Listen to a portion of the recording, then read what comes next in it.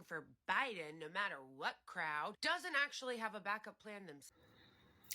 So I think the craziest thing for me is, you said a lot in this video. You really did. So I don't even know where to begin. I guess I'll start with,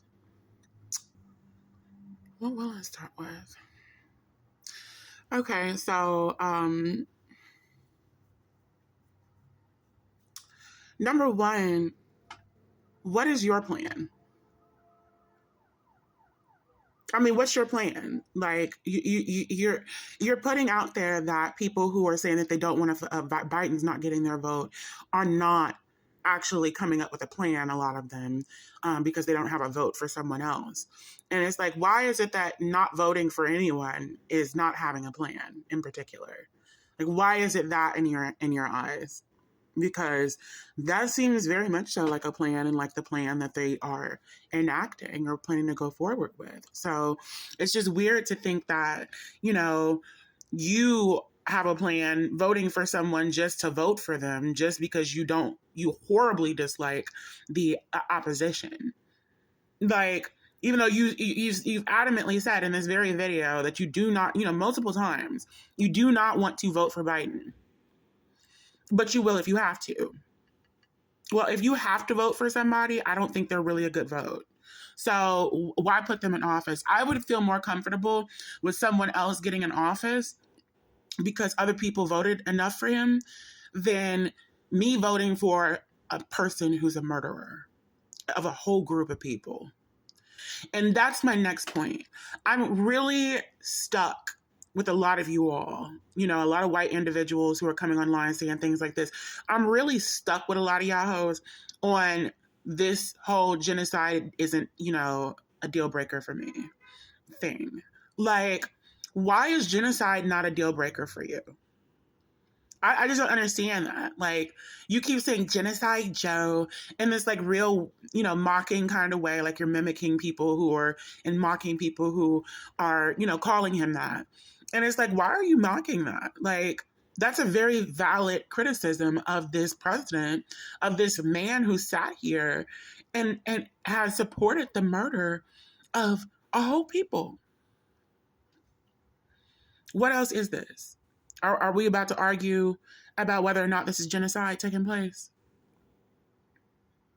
So it's just weird to me because it's just like, okay, so like you're upset that people have made the decision that they would rather not vote at all than vote for a rapist or a murderer. I think that's a great choice. I don't think that we should be picking between rapists and murderers. Do you? Well, I already know what you think. You do. And that's the problem. Another thing I'll get to is your point about Cenk Uygur. Or Uyghur. I think it's Uyghur. Let me tell you something. As a trans or a person who's in the under the trans umbrella, I'm not understanding why well, I kind of understand, but I ain't gonna put all that out there because it's a whole nother conversation. I'm not understanding why it makes no sense why you would support someone who is running a show that has been accused, very rightfully so, of being anti-trans. They have lost many different Black and trans workers in the past few months. It's been ridiculous. They've just been bleeding Black and trans individuals who used to work with the channel for years, honestly. And that's not just for no reason. But see, yet again, we come up against the impasse of the non-deal breaker versus deal breaker.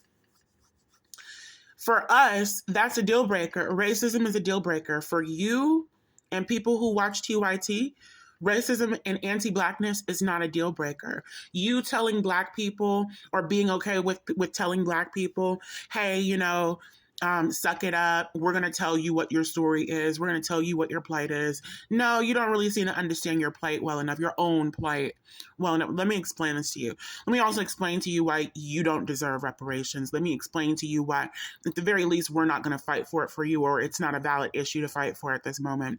Like, how do you as an immigrant come over to the United States of America and or your family, And you have the nerve to run a show where you have, mostly centered around people who are immigrants like you, because I do believe Anna and Cenk are either first generation American or they're immigrants to the US.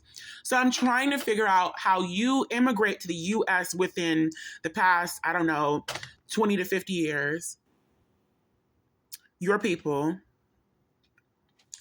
and something that, civil rights movement that was led by Black people made possible for you all. But I mean, maybe not Anna because she's white.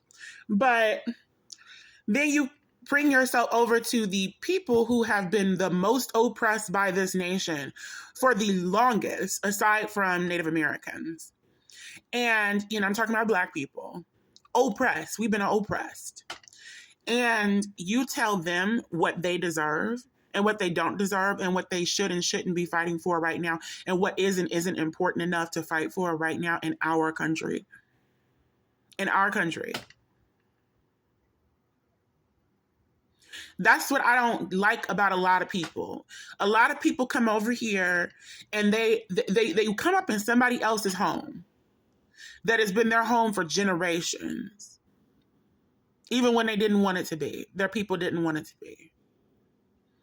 And you tell them how to run their shit. Don't you dare come up in my house and tell me how to run shit. It's just ridiculous to me. And it's just so weird to me to see somebody who is under the trans umbrella but I guess it's not that weird because it's not surprising at least, who's fighting for, saying that they want to vote for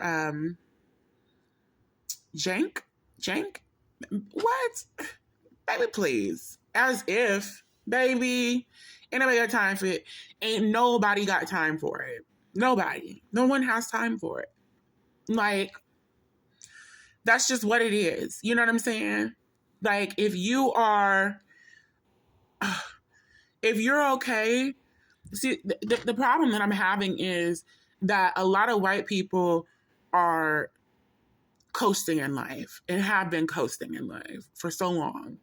And it's only when that coasting is slightly disturbed or disrupted that all hands need to be on deck. And they act like they don't understand that we have been literally running the ship that they've been riding on this whole time. That's why you've been coasting. Yeah, my stomach hurts. I'm getting out of here.